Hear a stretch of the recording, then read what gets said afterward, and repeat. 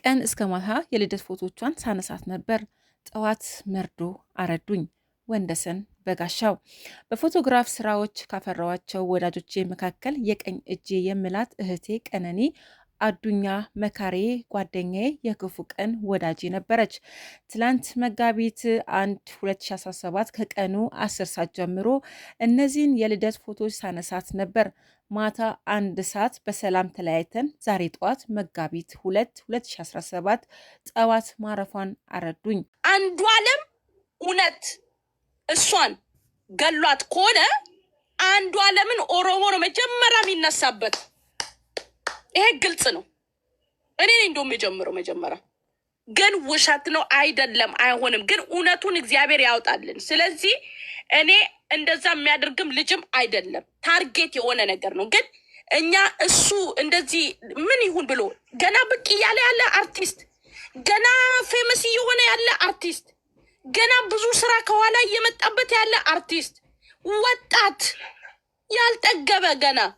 ስለዚህ ከጀርባው ብዙ ጠላቶች አሉ። ኦፍኮርስ ብዙ ሸር አለ። ኦፍኮርስ ግጭቶች ይኖራሉ። ኦፍኮርስ ከእሷ ጋርም ግጭቶች፣ ጥሎች ሊኖሩ ይችላሉ። ኦፍኮርስ ያ ግን ሰበብ ሆኖ እሱን እዛ ድረስ በንዴት አምጥቱት እሷን ለመግደል የሚያበቃ ምንም ነገር ሪዝን አይኖረውም። ልጁንም ጥፋተኛ እያደረጉ ያሉ ሰዎች አሉ በማያውቁት ነገር። አሁን እዚህ ጋር ቀደምን እያለች ነበር። ሁለቴ ተጣልተው ሁለቴ ራሷን ልታጠፋ ሞክራ ነበር ብላ ስትናገር ነበር። እንደዚህ አይነት ፕሮፓጋንዳ ደግሞ አጣርተን በመጣ ነው እንትን የለም። እኔ ያልኩ ምንድን ነው፣ አሁን ለምሳሌ የሰው ልጅ 10 ሰዓት ማታ ከሌሊት ከመጣ ጠጥቶም ሊሆን ይችላል። ሲጠጣ ብዙ እንትን የሚያደርጉት ልጁ እንደዚህ አይነት ሰው አይደለም ማለት ይኸው ልንገርህ፣ 10 ሰዓት ይሄ ሰው ቢመጣ ይሄ ሰው አርቲስት ነው፣ ክለብ ይሰራል። ክስ ሳይሰራ መኖር አይችልም። ክለብ ደግሞ ሲሰራ 10 ሰዓት 11 ሰዓት ነው የሚወጣው። ኢትዮጵያ ላይ ክለብ ሲሰሩ በብዛት እዚህ ሀገር አርቲስቶች ክለብ ነው የሚሰሩት። ኢትዮጵያ ውስጥ ያ ነገር አለ። በስሜት የሚገፋፋ ሰው አይደለም። አንደኛ ነገር እኔ የማየው ከዚህ በፊት እኔ የማየው ልጁን መወንጀል ምናምን ፈልጌ ሰው ልጁን ነገርም አለ። አሁን ለምሳሌ ከዚህ በፊት የሰማሁት ምንድን ነው፣ እሱና የሆነ ልጅ በሽጉጥ የሆነ ቦታ ላይ እንትን ብሏል። እሱና የሆነ ልጅ ሳይሆን እሱ ታርጌት ተደርጎ ነው በሰዓቱ እኮ ገባኝ። ታርጌት ግን ምንድን ነው ይኸውልህ፣ አንድ ሰው መጠጥ ሲጠጣ መጠጥ ይጠጣል። ማንም ሰው ስፔሻሊ ክለብ ውስጥ የሚዘፉ ከሆነ ይጠጣል። ስለዚህ ጠጥቶ ሳሁን ለምሳሌ የሆነ መጠጥ ግፊት የሆነ ነገር ከዚ ለምን አሁን ማየት ያለበት እ እህታችንን ልጅቷንም ማየት አለበት።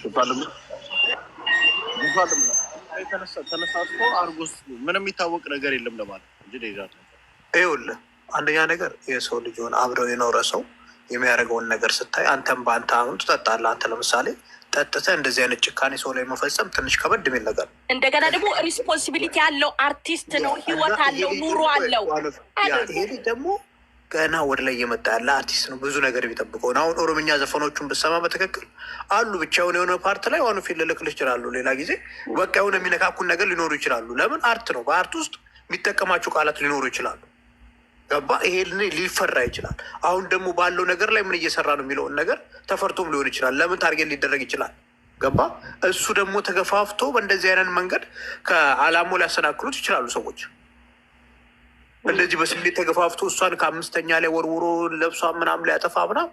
አንዳንድ የሆነ እንደ ሰው እንኳን እስቲ እንዲህ ራሷን አጠፋች እንዳይባል ከ5ኛ ላይ ሬሳው ለምን ሳይጣራ ነው እኛ ጥያቄ። በቃ ትልቁ ጥያቄ ለምን አይጣራም ሬሳው? በቃ ይሄ ነው ብሎ ወንድሙን ምናምን ቤተሰቡን ነበር ያሰሩት። አሁንም እሷ ጃልበንቲም የሞተ ጊዜ ጤነኛ ወንድሙን ከቤት ውስጥ ያለውን በሰላም የተቀመጠው ወንድም የወንድሙ መሞት እንኳን ሳይሰማ ወንድሙን ነው ያሰሩት። እህቱን ምናምን ቤተሰቡን ነው ቀድሞ ያሰሩት። የመንግስት እጅ ሲሆንበት እንደዚህ ነው። አባ ማን ሚው ጎዲካ ማጀረና አሁንም የእሷም ሲሞት እንደዚህ። ይሄ እኮ ደህንነት እጅ ከሌለበት እንደዚህ አይነት ነገር አይደር። አባ ኮቱን ራበይ ሀደራው ናርሲቲ ጆሌን ተኮተኮ ሞገዋ ኦሮምኛ የሚያወሩት የመንግስት የሰራው ከሆነ እንዳይታወቅባቸው ይመስልሻል? በአማርኛ የመንግስት ወንጀል ደግሞ መታወቅ አለበት። ለምን እንደብቅለት ታዲያ?